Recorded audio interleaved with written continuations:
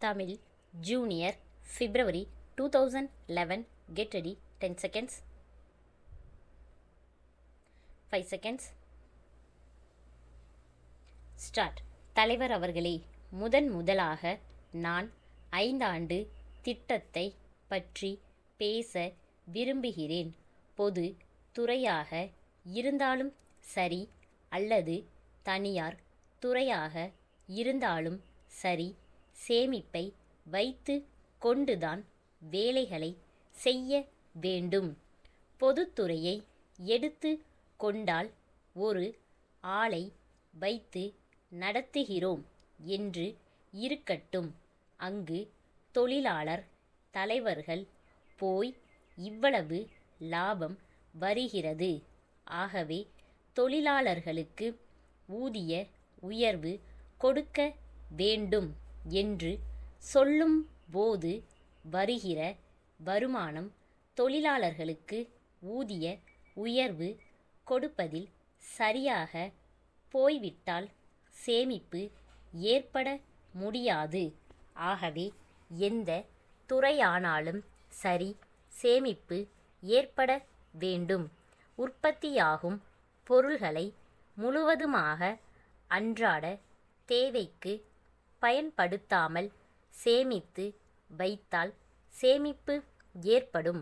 உற்பத்தி செய்யும் போது அதனால் ஏற்படும் பலனை நாம் இன்றே அனுபவிக்க விரும்புகிறோமா, அல்லது சேமித்து வைத்து பின்னால் நமது வாழ்க்கை தரம் உயர்வதற்காக அதை முதலீடு செய்ய விரும்புகிறோமா என்பதை எல்லோரும் யோசித்து பார்க்க வேண்டும்.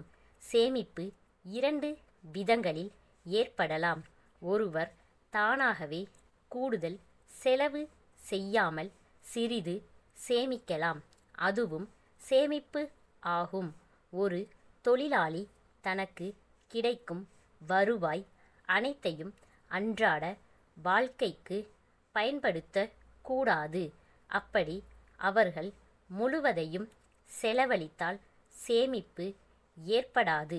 ஆகவே எப்படி சேமிப்பு செய்வது என்பதுதான் பிரச்சனை. சேமிப்பு அவசியம் என்பதை தான் நான் இப்பொழுது வற்புறுத்த விரும்புகிறேன். பொது நிறுவனங்களில் உள்ள பணத்தை சிறு சேமிப்பில் போடுவதில் பலன் இல்லை என்பதை நான் ஒப்புக்கொள்ளுகிறேன். சிறு சேமிப்பில் போட்டு அதை திருப்பி வாங்கி கொள்வது அரிசியையும் கல்லையும் சேர்த்து போட்டுவிட்டு பின்னர் அதை தனித்தனியாக பிரித்தெடுத்து நானும் வேலை செய்கிறேன் என்று சொல்வது போல் தான் இருக்கும். ஆகவே அதை பற்றி பரிசீலனை செய்து கூடிய விரைவில் உத்தரவு பிறப்பிக்கப்படும். சேமிப்பு மட்டும் போதாது. திட்டங்களை பெரிய அளவில் நிறைவேற்ற வேண்டுமானால் நிர்வாக அமைப்புகளை மாற்ற வேண்டும். சென்னையிலிருந்து உத்தரவு போட்டு கிராமங்களில் காரியங்களை நடத்த முடியாது. ஆங்காங்கு நிர்வாக அமைப்பை மாற்ற வேண்டும். அதற்காகத்தான் ஊராட்சி சட்டத்தை மாற்றியிருக்கிறோம்.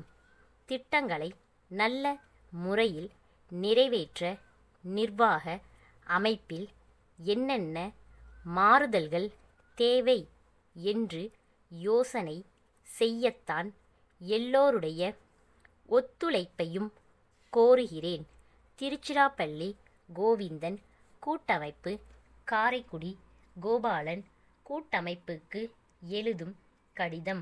அன்புடையீர், எங்கள் கணக்குகளையும் இதர புத்தகங்களையும் சமீப காலத்தில் பரிசீலனை செய்தபோது தாங்கள் எங்களோடு சிறிது காலமாக வர்த்தக தொடர்பு வைத்து கொள்ளவில்லை என்பது தெரிய வருகிறது. இதற்கு காரணம் என்ன என்பது எங்களுக்கு புரியவில்லை. காரணத்தை தெரிவித்தால் எங்களிடம் ஏதாவது குறைபாடு இருக்குமானால் நாங்கள் அதை நிவர்த்திக்க எல்லாவிதமான முயற்சிகளையும் செய்ய தயாராய் இருக்கிறோம். இப்போது நாங்கள் பல புதிய சரக்குகளை தயாரித்து விற்பனைக்கு தயாராக வைத்திருக்கிறோம். ஏராளமான வாடிக்கையாளர்கள் இவற்றை வாங்கி திருப்தி தெரிவித்து உள்ளார்கள். இந்த நிலைமையில் எங்களுடன் வியாபார தொடர்பை புதுப்பித்து கொண்டு பயனடைவீர்கள் என்று நம்புகிறோம். தங்களுடைய மதிப்பிற்குரிய பதிலை விரைவில் எதிர்பார்க்கின்றோம். தங்கள் நம்பிக்கையுள்ள ஸ்டாப்.